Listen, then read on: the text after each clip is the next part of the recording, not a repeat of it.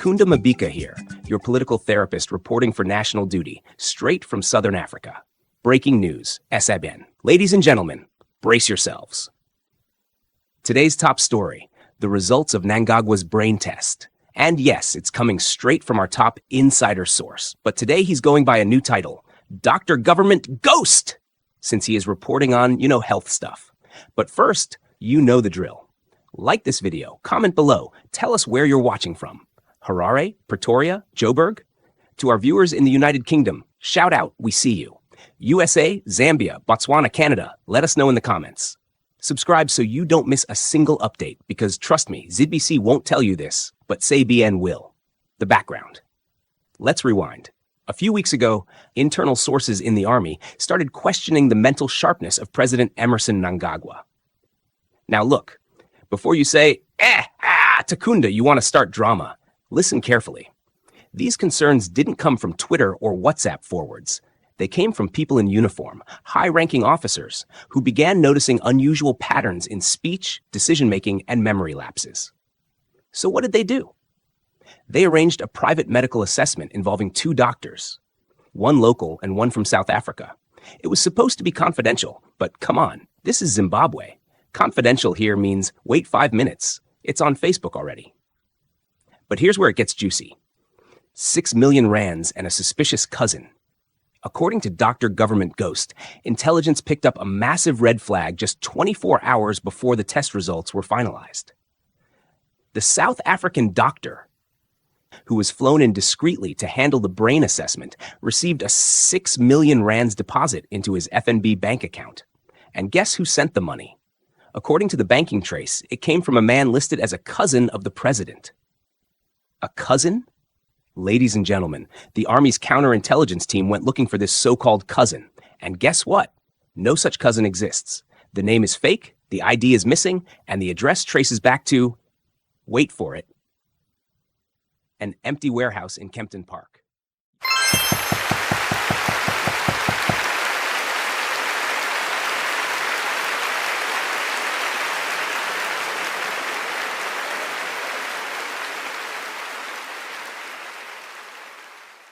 We often think about how governments work, policy stuff, elections, but sometimes the real action is happening just below the surface. Exactly. And right now in Zimbabwe, there are some, pretty serious questions being asked.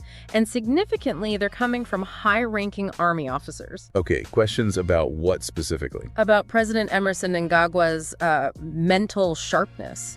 His fitness to lead, really. Wow. And you said from army officers? That's significant. It is. And what's interesting is our main source for this deep dive, it's a video report from Southern Africa Breaking News. Okay. And they're citing an insider, someone they've codenamed Dr. Government Ghost. Apparently, this source has direct knowledge of military discussions. Right, so not just social media rumors or anything like that. This is supposedly coming from inside. That's the claim. The report stresses these aren't just random whispers. Okay, so let's dive into this. We're looking at allegations about a private brain test the president reportedly took. Yes, and perhaps more importantly, the military's reaction to it all. There seems to be a lot of skepticism. So our mission today is to sort of map out what reportedly happened, understand these clashing views, and maybe think about the potential fallout. Precisely. And according to this Dr. Government Ghost, the initial concerns really started within the Army leadership itself.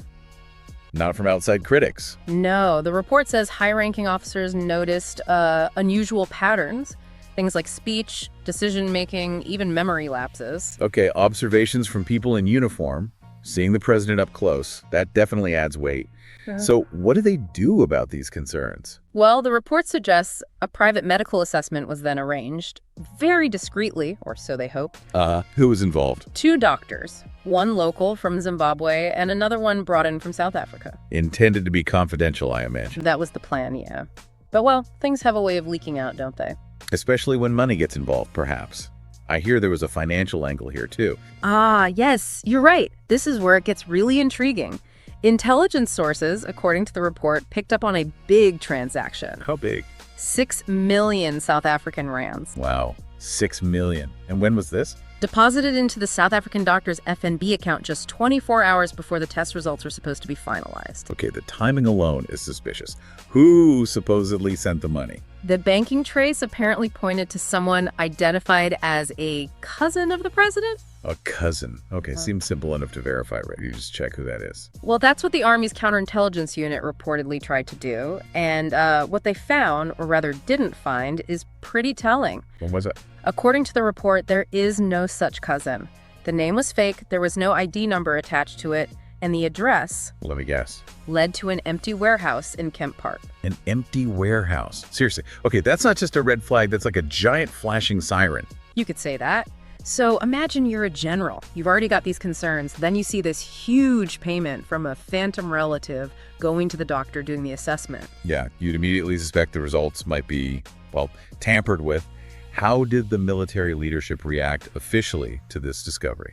Unsurprisingly, it set off alarm bells. The report says it immediately raised suspicions of, result manipulation. Right. In fact, it apparently triggered a military intelligence alert sent up to the KG-6 hierarchy. KG-6, that's a major intelligence branch, isn't it? That's the understanding, yes. And the alert was blunt. Possible result manipulation detected. Proceed with caution. Proceed with caution.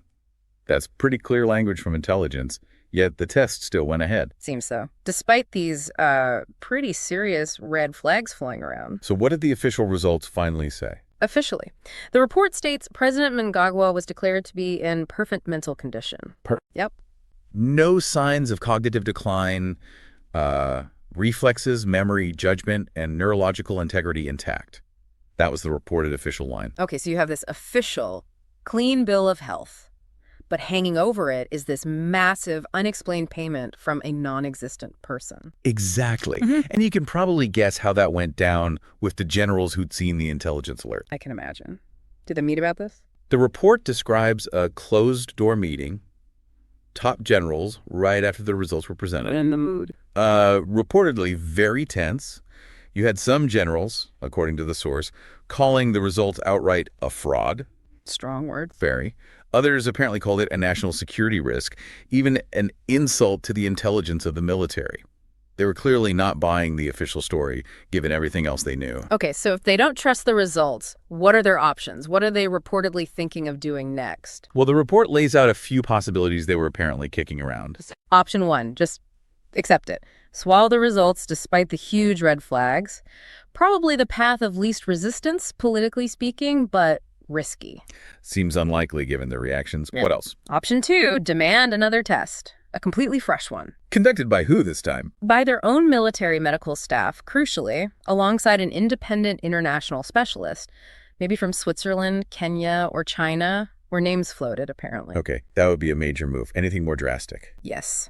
The report mentions they were even considering initiating a suspension of the president's duties, temporarily pending clarity. Suspend him. That's huge. The political and constitutional fallout would be massive. Absolutely. The report notes that complexity. And then there's the most extreme option discussed. What is? Invoking Section 96 of the Constitution. Section 96, isn't that the resignation or removal clause? Essentially, yes. If the original test results were proven definitively to be compromised, that's obviously a huge step with massive implications. Right. This is clearly way beyond just health concerns. It's touching on fundamental issues of power and legitimacy. Now, for you listening, maybe Herrera, maybe elsewhere, you might think, okay, high-level politics. How does this affect me? Exactly. But this really does matter, doesn't it? Especially within Zimbabwe. Oh, absolutely. The report really underlines this. Think about it. The commander-in-chief's mental fitness isn't some private matter. It's core national security. Right. They sign orders, deal with foreign leaders. Make decisions impacting the military, the economy, everything. Any doubt about their cognitive state affects, potentially the budget, jobs, stability, the works. And it ripples outwards too, doesn't it? Yeah. For listeners in South Africa, for instance. Definitely. Zimbabwean politics doesn't happen in a vacuum. Think about inflation, border control, all the informal trade.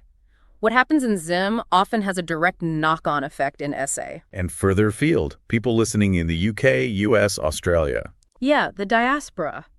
This kind of uncertainty can impact investment confidence, maybe immigration policies down the line, and certainly Zimbabwe's overall standing internationally. It's not just gossip, it's about governance fundamentals. So let's just sort of recap the core tension here. On one hand, you have these official test results saying everything's fine, perfect mental condition. Right. Clear, official statement. But on the other hand, you have this really dubious 6 million rand payment, traced to a cousin who apparently doesn't exist, landing just before those results. And critically, you have the military's top brass seeing this, getting intelligence warnings about manipulation, and reportedly reacting with extreme skepticism and anger. Exactly. It's that stark contrast, the official word versus the deeply suspicious context, that makes this whole situation feel, well, potentially explosive. Absolutely.